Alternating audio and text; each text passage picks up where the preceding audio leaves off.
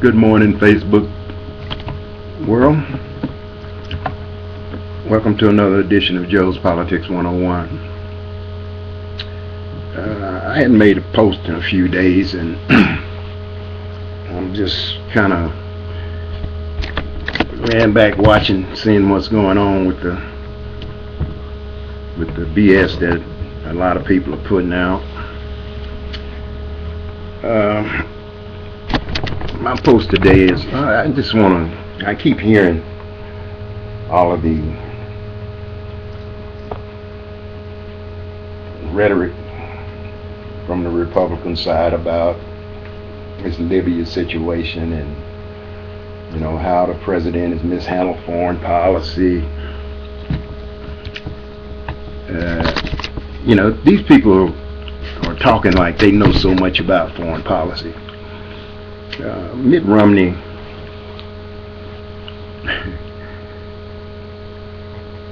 to me is a sad individual. He's about the same age as I am, and he's been privileged throughout his life. Married, got 5 kids, 5 children, 5 boys, as a matter of fact, none of which have given the United States of America any of their time. I heard his wife say something about, they served their country by going on these religious missions, or these Mormon missions that they do, I guess, for their church. Which, nothing's wrong with that. But when you take into consideration a person who is willing to assume a job where he's in control of other people's children, having to make a decision on whether or not to be in the military and to participate in the defense of the nation, you have to ask yourself a question about why doesn't any of his people get involved in it. We talk about the middle class, we talk about the rich and the poor, and the bottom line of it is, I don't care how you cut it, the military is made up of poor, low income, and middle income people. And my opinion of Mitt Romney is that he don't give a damn about anyone below that 1 or 2%. You can tell that from that video that he made involving the 47% statement, his 47% statement of voters that he's not going to get. That he's really not concerned about that. In his campaign speeches and his rhetoric about the foreign policy of this nation, he is talking about joining or initiating situations with Iran that's going to create a war. A war with Iran is not going to be something easy. It'll probably be worse than Iraq was. He wants to get involved with Syria, giving out weapons and arms and stuff, and not exactly know who in the hell he's going to be giving them out to, because those are some tricky people in the Middle East, and they're not trying to be like we are in America, to have one nation. They're so involved in their own individual tribes or sects, or whatever you want to call them. And he's willing to jump out there and do this. He's a naive individual. It's one thing to be a businessman. It's another thing to have made millions and millions of dollars, sucking on the American people. The outsourcing of jobs, this thing with last week with Freeport, Illinois. They just sucked up a factory, picked it up, and moved it to China. Talks about he's going to be tough on China, but all of his income, the majority of his income, is coming from something somewhere in China or somewhere overseas. It's not being produced. The things are not being produced in the United States of America, providing jobs for American people. You know, this debate that's coming up tonight, you know, I can't make a choice on a debate or how well he does in a debate. You know, I can't, it can't determine my vote. My vote to me is too valuable to give out on somebody who's going to get up there and talk a line of BS. Because I know that Mitt Romney is telling people what they want to hear. He's telling people what they want to hear. And once he's in that Oval Office, he's going to do what he wants to do. George Bush did it. You know, he's going to basically do what he wants to do. He's not going to try and please all Americans. You know, and we have a president now in Barack Obama who is trying to keep his promises, trying to keep the commitments that he made to the American people. He's been hindered by it because of the Republican filibusters in the Senate, in the House. The House majority of Republicans now won't allow anything that the Democrats put through to go through, and if it make it through and get to the Senate filibusters it and stops it. Mitt Romney is not going to be that committed to trying to fulfill his promises of taking care of the American people in general. You know, to see the attacks that they're doing on health care. You know, it's amazing. You know, and I can't understand people. I cannot understand people in general when it comes to health care. Now, you work in a job, and on that job, every year there's an enrollment in most of these companies that have insurance. There's an enrollment period, and each year you notice that the premiums for your health care insurance goes up. If you get a raise, or whether or not you get a raise, the premium of your health care goes up. You're paying more money to the insurance company for the same services that you was getting the year before. Nothing's changed except for the cost. This is what the Republican politicians are struggling to keep. They want to keep you paying high prices and high premiums for your health care. In addition to that, on education, they're talking about education. You know, yeah, cut the middleman out.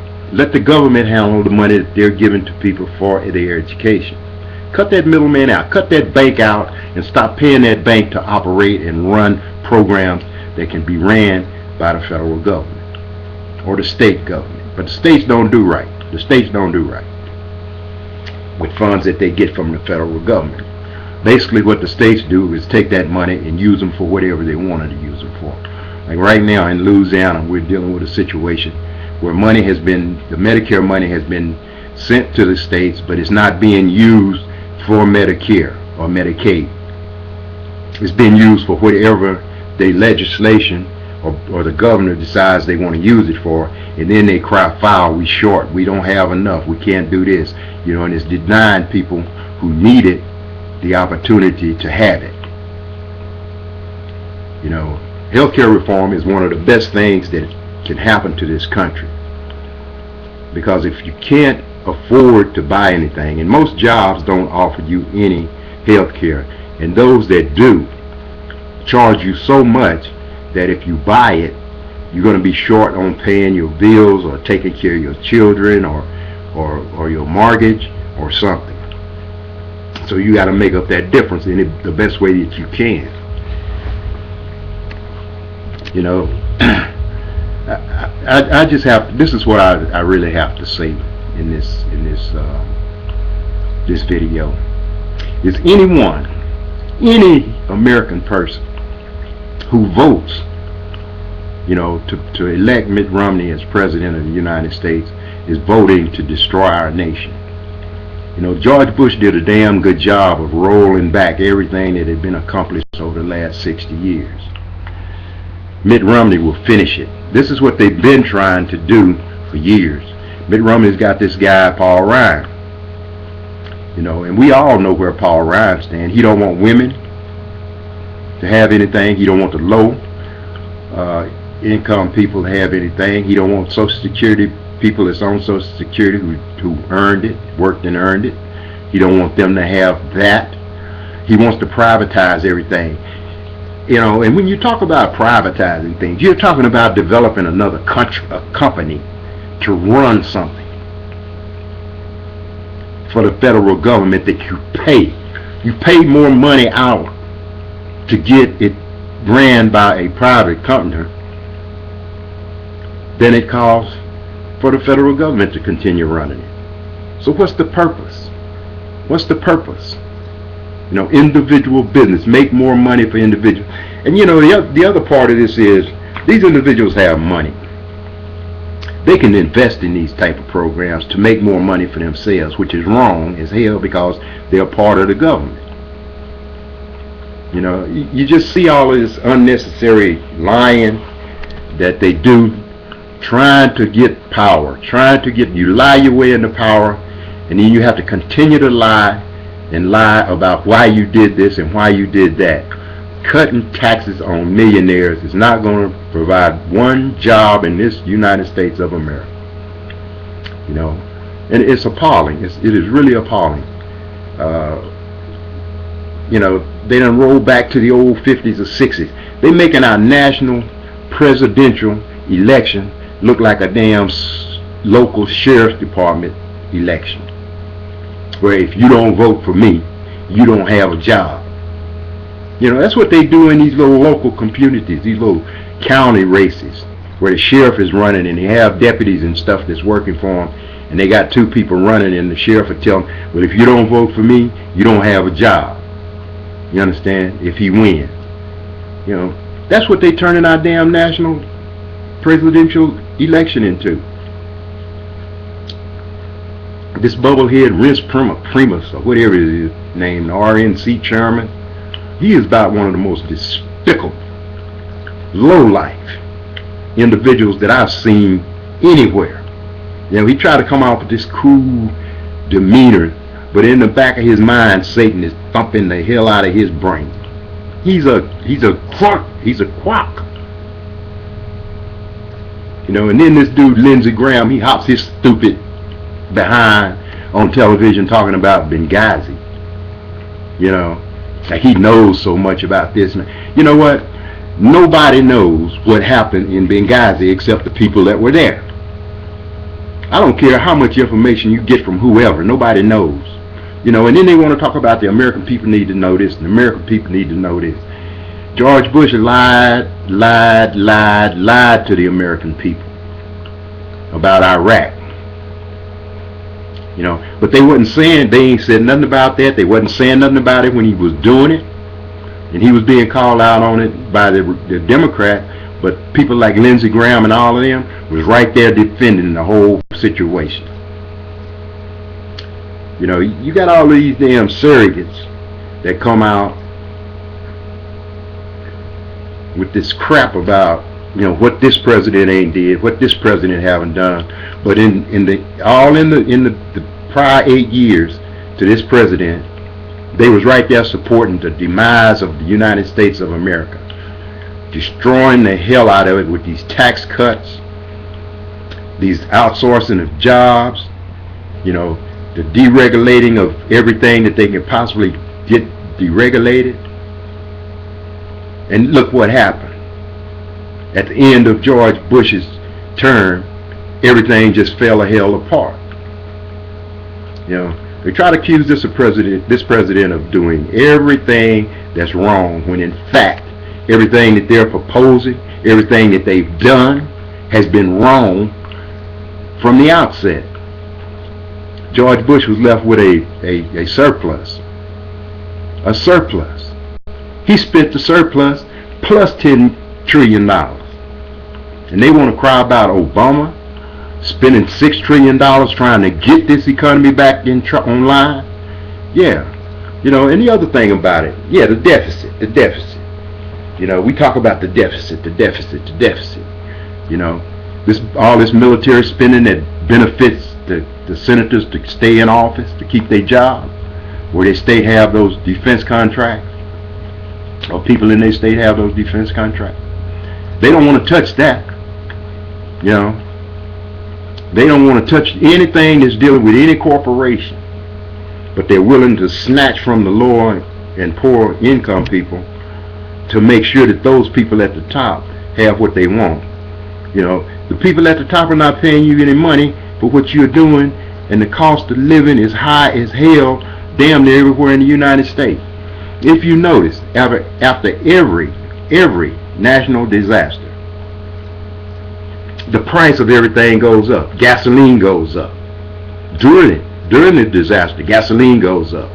Rent goes up. Mortgages goes up. Every damn thing goes up. Food prices go up. They don't come down. They never come down. Why? Because they don't have the regulations in place to keep the consumer prices at a level to where people can afford to buy stuff and have a little money left to save. It's just despicable how the Republican Party has trying to destroy this nation and turn it into a one nation, one party dictatorship. It reminds me so much of these monarch, these old king and queen type of situations, where if you don't do this and if you don't do that, then you won't be having this and you won't be having that.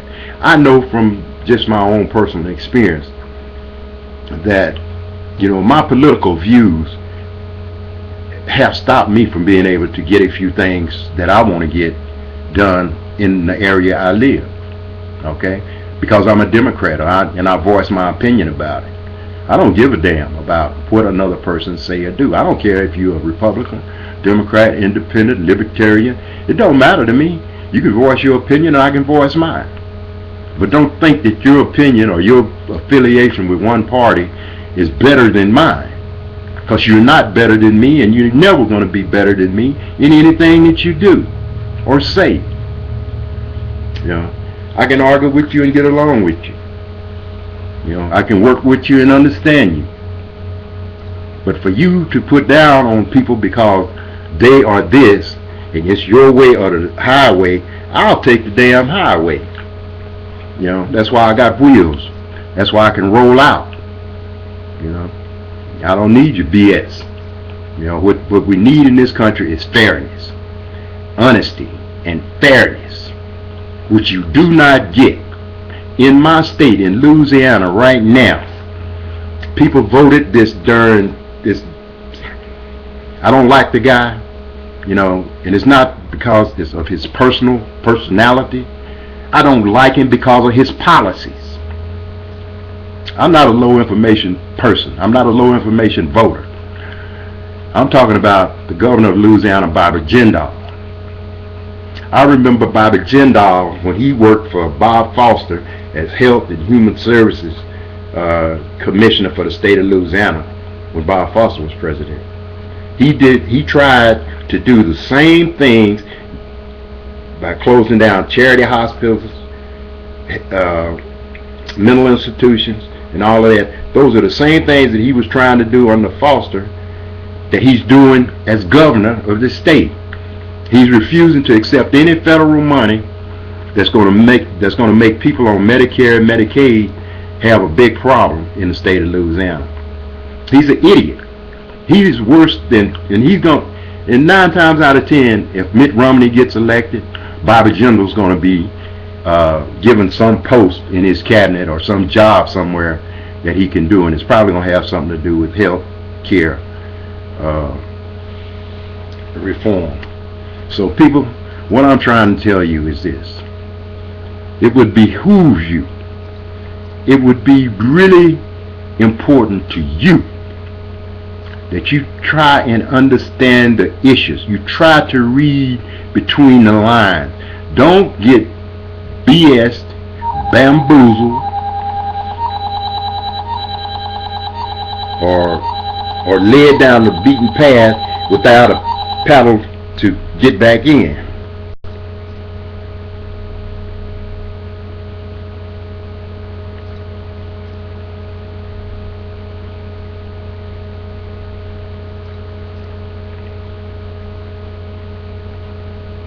Hello? Hey.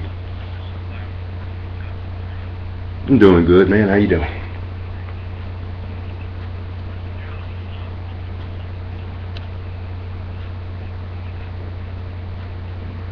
Yeah. Well, I think she's got a copy of it.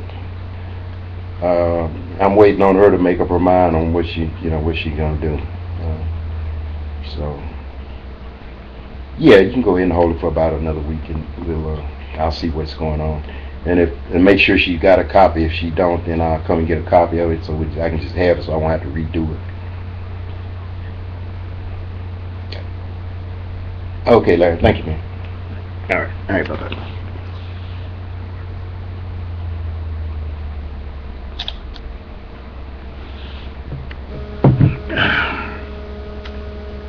I'm sorry I got interrupted on that little phone call. Business.